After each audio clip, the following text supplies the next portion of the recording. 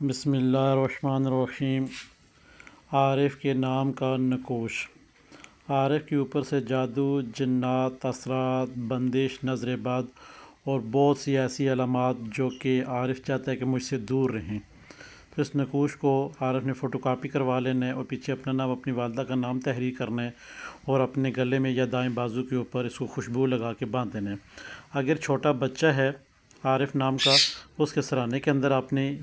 ماؤں سے اور باپ سے یہ اپیل ہے کہ بچوں کے سرانے کے اندر یہ نقوش رکھ دیں، پیچھے بچے کا نام، والدہ کا نام لکھ کر خوشبو لگا کے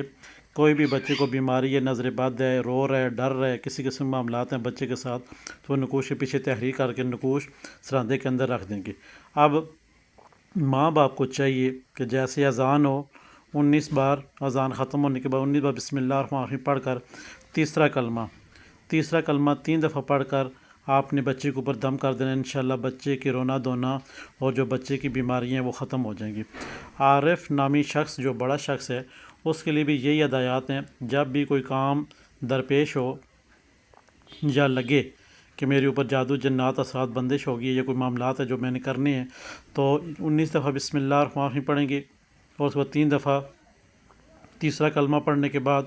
پھر آپ نے اس نقوش کے اوپر دم کر دینا ہے۔ اب آپ نے جو بھی آپ کی حاجت ہے، آپ نے 4 بار اتنی اونچی آواز میں کہ آپ کے کان سنیں،